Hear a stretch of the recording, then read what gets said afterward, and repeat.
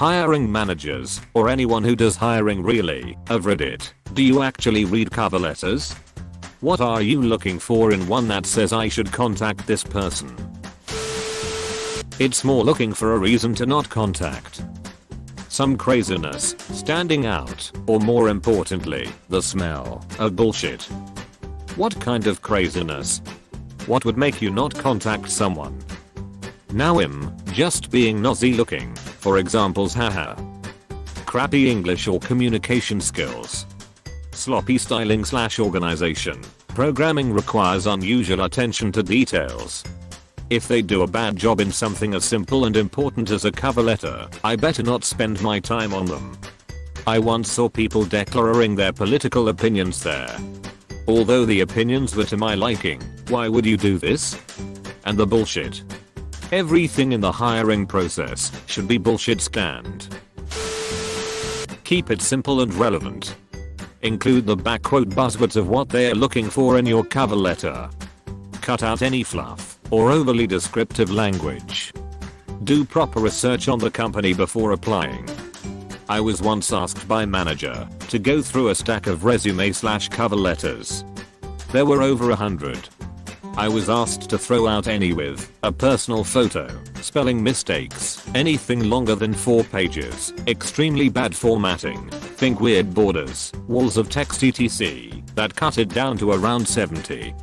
Then I had to throw out the ones that didn't include a cover letter, relevant qualification / experience. The last cover letter I read misspelled Pearl when talking about Pearl Harbor. Take this with a grain of salt as I only did hiring when our manager who did hiring was out on extended medical leave, but I read them all. I didn't get many as my job is entry level and minimum wage, but I called them just for having one there and having most of the right information. It varies by field. It varies by how well you write it. Make sure you have the correct address and information, and reference how you meet the qualifications thief provided in the posting. That's what I was looking for, at least. Good on you to be trying to land a job on your cake day. Happy cake day. Thanks. I'm pretty burned out on my current job, and I'm trying to make my family's life a little easier. It's just frustrating trying to specifically tailor an application, resume, or cover letter when the job I'm looking for is literally anywhere but here, as long as I make more money haha. I suggest narrowing a search and having a few versions of your resume. Cover letter should always be tailored to a specific job, and honestly, not very long. There are 3 to 4 versions of my resume that I use to apply to gigs, one super specific and detailed to my current role, one that's more generic towards the industry I work in, one as a project manager, because you can have an infinite number of bullet points for this at any job that can apply to any job, and one for consulting gigs. To me, a cover letter should never be generic from a template. It should be customized to each job you are applying for. Resumes are great, but just raw data about your career. The cover letter is an insight into who you are and makes you human, and not a resume. Always research the company before you do one. You can add good content this way. I always add a small photo of myself at the top of my cover letter. Again, it makes you more human. So far it has served me well. I have always gotten an interview. And in 20 years there has only ever been one time I was not offered the position. Best of luck to you, hope you find what you are looking for. If your cover letter is more than 3 short paragraphs, or an opening paragraph, a few bullet points, and a closing paragraph, I'm definitely not reading it. I appreciate the effort and always send one with my own applications, even though I know that the chance of it being read are small. Most cover letters I see are a clear attempt at a creative writing essay, and I just don't have the time for that. I never read cover letters unless I like the resume and I'm curious about the person, and even then I only skim. If your resume has already proven you have the necessary set of skills and you are able to communicate succinctly on the resume, I'll go through at least a telephone interview. I think it's a thing specific to the individual doing the interviewing.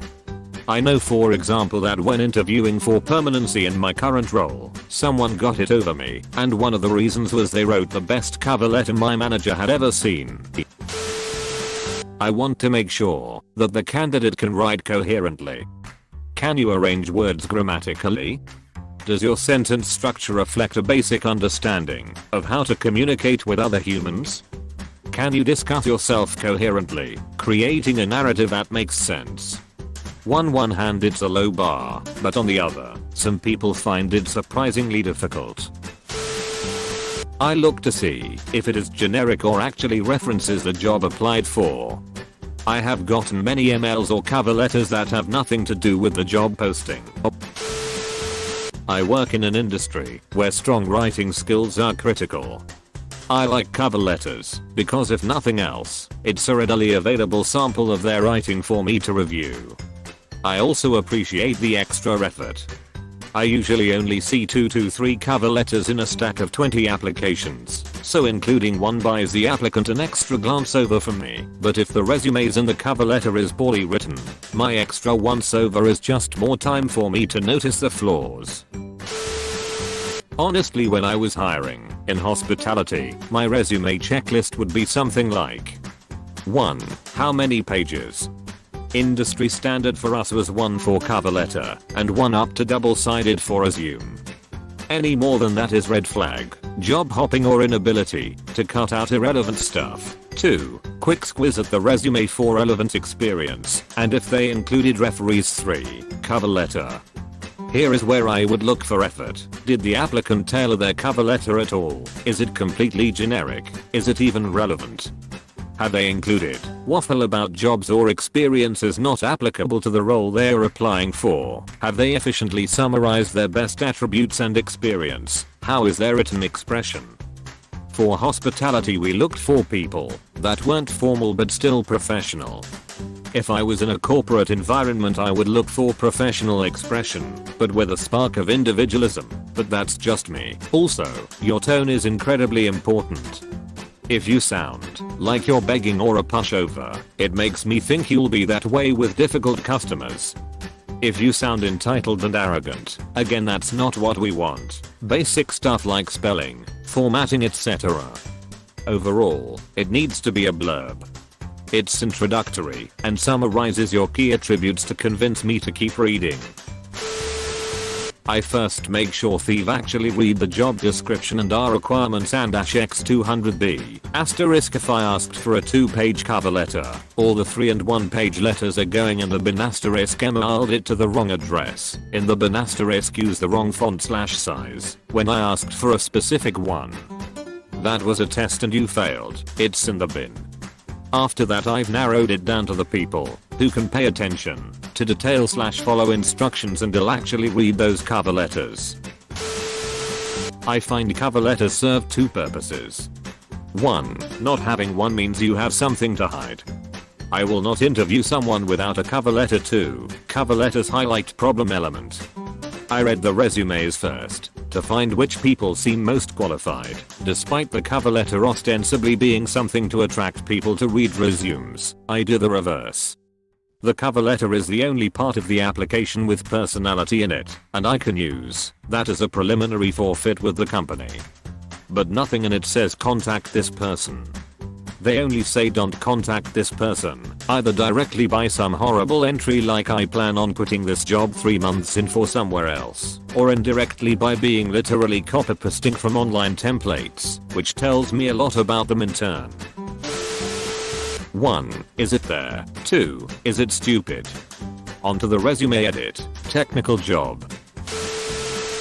Yeah, but TBH, I first take a super quick peek/scan at the resume to see if the cover letter is even worth reading.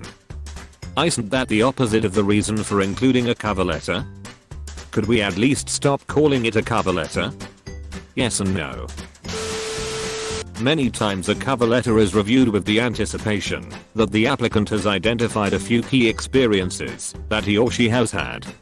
Experiences that don't necessarily fit into a typical resume are excellent things to point out. You can almost consider your cover letter to be a pre-interview interview. Absolutely take the opportunity to create a strong cover letter. Some managers may not look at them very much, but if you happen to be applying for a job where the manager does review them, you are in a much better position. Anybody can put together a resume with a bunch of bulleted items, but I have always looked at the cover letter as an opportunity to figure out if somebody can communicate thoughts in an effective manner. Good luck. I always read cover letters, and I rarely call people for interviews if they don't submit one. To me, a good cover letter is well written, with a clear and concise communication style. It should demonstrate that the person has actually read the job description. It should explain why they would be successful in the position, including a couple key examples of relevant past experience and/or transferable skills. It should mention why they are interested in the position and the company. It should not have any huge red flags. I appreciate those that go the extra mile, but overall I don't give them much weight. Experience tells the tale. I was a hiring manager at a restaurant. I look at times available first. Then I look at job experience. Then qualifications. Cover letter is cool, but it would not make any real difference. I was all about interviewing people. I think it is good for both parties. Also, there is so much turnover in the restaurant industry. If you are available, you are getting the job. Now how much you work is on you. If you suck at your job, I'm only going to schedule you when we have no other option. Full disclosure, this is not all, or even most people in charge of hiring. Personally, I look for something unique and that comes off organic, not forced. I've read a million cover letters about people who want to develop their leadership skills and build a career with the company. I had one guy applying who wrote, "Honestly, I'm tired of eating off the dollar menu." Interview that same day. From what I hear, he's doing still with us and doing great.